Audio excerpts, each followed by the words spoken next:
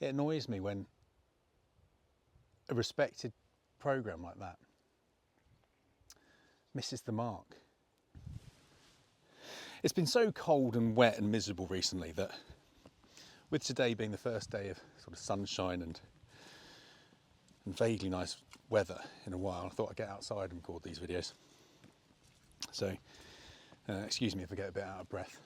I've basically hibernated all Christmas and eaten incredibly well. So, walking up anything with a slight gradient is liable to give me a bit of trouble. So e-bikes have been getting a bad press recently, and there's been a groundswell of negativity towards them. So much so, the BBC sent lovely Adrian Charles out pedalling to investigate for Panorama. It wasn't the most insightful half an hour I've ever watched, and followed an unfortunately predictable narrative.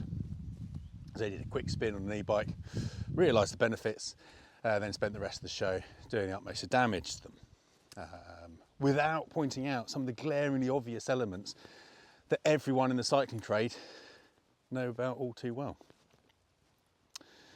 So let's start with the human element.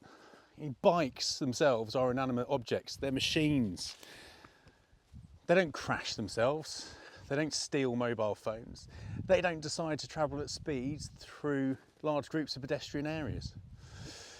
It takes a human to make all these things happen, and the vast majority of e-bike riders are sensible, careful and, well, you know, normal. So let's not blow this out of proportion, but keep in mind there is room for education of riders, drivers and even pedestrians actually. You know, e-bikes are relatively new to society and we need to learn to accommodate them. Riders need to stick to their lanes, excuse the pun. Drivers need to be more patient and accommodating, and pedestrians need to be more aware of bikes and not stepping out in front of them, you know, on shared areas. I'm not saying this to be antagonistic. I'm a pedestrian, a rider and a driver.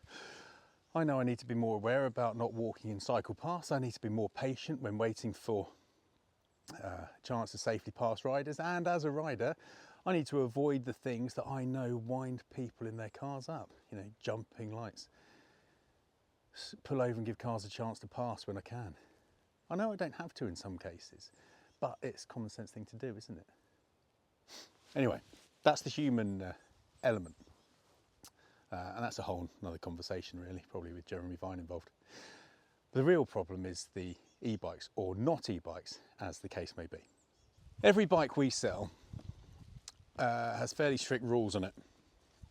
They are pedal-X, technically, which means they are pedal assist. If you aren't pedaling, then the motor doesn't give any help.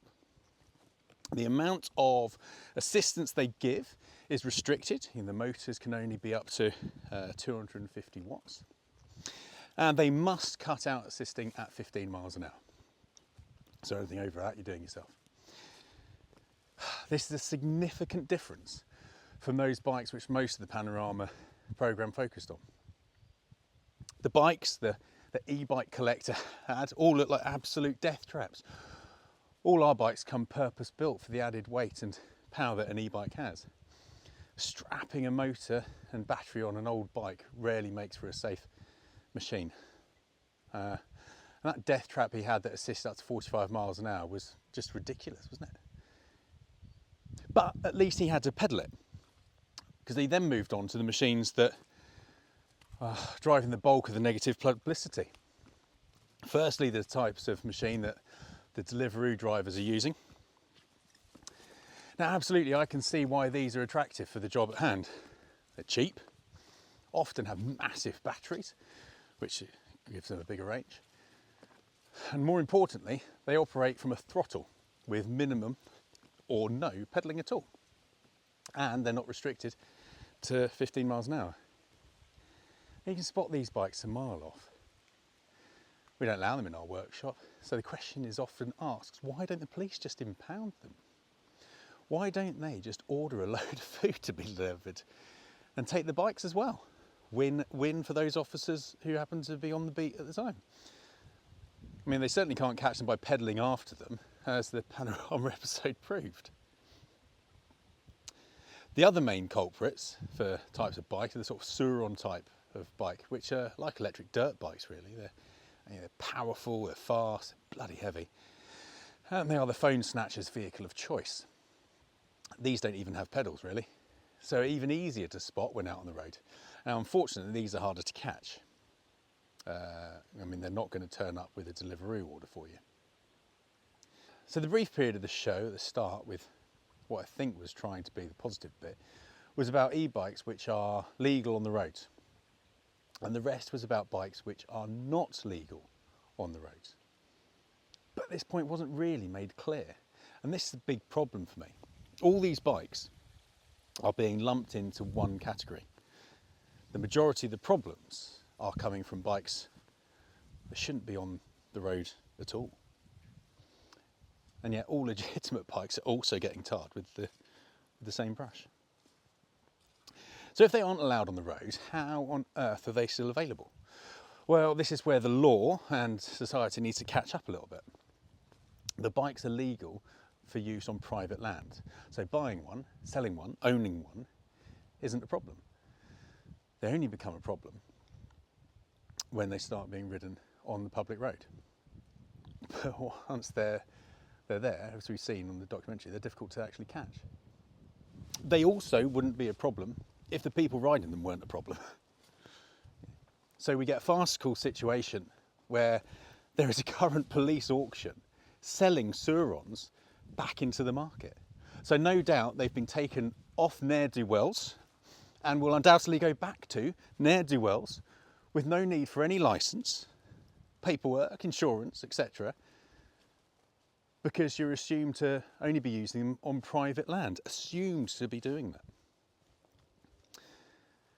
Now, I think there needs to be a reclassification of these bikes. We need some way to separate the road legal, generally positive impact bikes from the non-road legal, bad press bikes. But coming up with something that doesn't sound too naff, that works, is not that simple. We could start referring to the standard road legal e-bikes as pedelecs, as they are officially called, but I can't see us as an industry replacing the term e-bike. More likely is to come up with a new name and moniker for the non-road legal options. So how about OREVs, off-road electric vehicles? Expecting the law and legislation to change to fix this isn't something that will happen anytime soon. You know, government and lawmakers have bigger problems, don't they, at the moment? So it's up to us. Let's first of all change the description. Let's change the narrative so everyone is able to tell the difference between the two types of machine and change their opinions and feelings towards them accordingly. Let's separate the negative feeling that is attached with these non-road legal e-bikes away from all the positive feelings that should be attached to the majority of e-bikes, which is positive, healthy, safe, and efficient mode of transport. So my shout is OREVs. If you've got a better idea, pop it in the comments. I'm happy to start running with it. Thank you for watching. If you feel like complaining to BBC Panorama, then please do. It annoys me when a respected programme like that misses the mark, because you know I can tell they've missed the mark because I spend my life around bikes. But a lot of people will be watching that thinking, yeah, e-bikes are dreadful, aren't they? Dreadful things. And then they'll find out that their mate Dave down the road's got a perfectly normal e-bike, but to them it's an e-bike. Oh, Dave's got one of those death traps, hasn't he? Yeah, well, maybe he's going to start delivering food. Maybe he is. You know, state of the industry at the moment. Maybe I should too. Anyway, thanks for watching.